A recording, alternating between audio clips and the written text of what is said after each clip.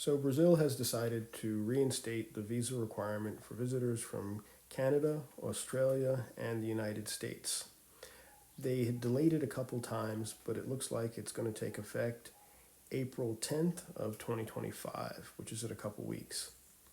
Uh, for the US, they haven't had a requirement since June 17th, 2019. 20 years ago, when I wanted to visit Brazil, I had to go to the embassy, leave my passport there, and give them an application, pay like $100 or something like that, maybe even more, and come back in 2 or 3 days and receive the visa to enter the country.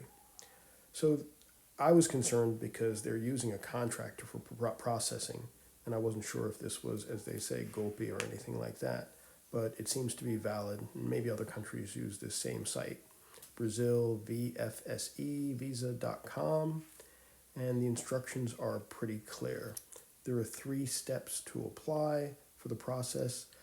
You have to register, and then there's an application that you fill in that asks a couple of questions. I think you only have to fill in the questions with the asterisk.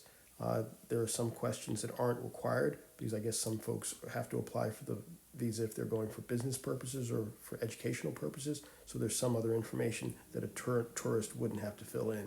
Then you upload the necessary documents, the bio page of your passport, and there's a clear example of it on the site, and then also the passport photo. And they have an interactive feature that helps you take a passport photo with your phone and crop it so it's in the correct format that they want. You pay a fee of $80.90 and then you wait.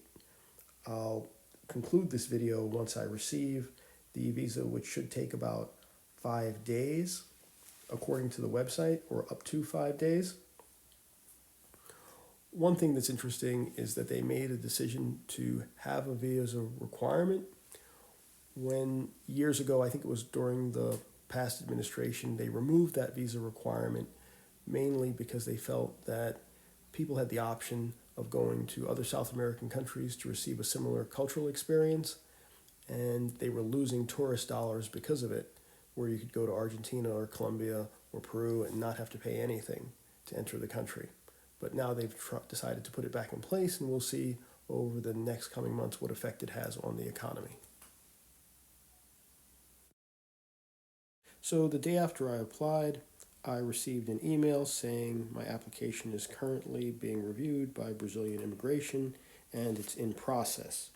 They also gave a link if I want to follow the status of the application. Then at the end of the day, and this is the day after I applied, so basically 24 hours later after putting in the application, I received an email stating, "We're delighted to inform you that your Brazil e-visa has been successfully processed. Attached to this email, you will find the electronic visa granting you access to Brazilian territory. Our aim is to ensure your journey is seamless and trouble-free. Therefore, please pay special attention to our recommendations." It's asking me to recommendations, print 2 copies of the e-visa document. These printed copies will be required upon arrival at the airport at immigration control when entering Brazilian territory.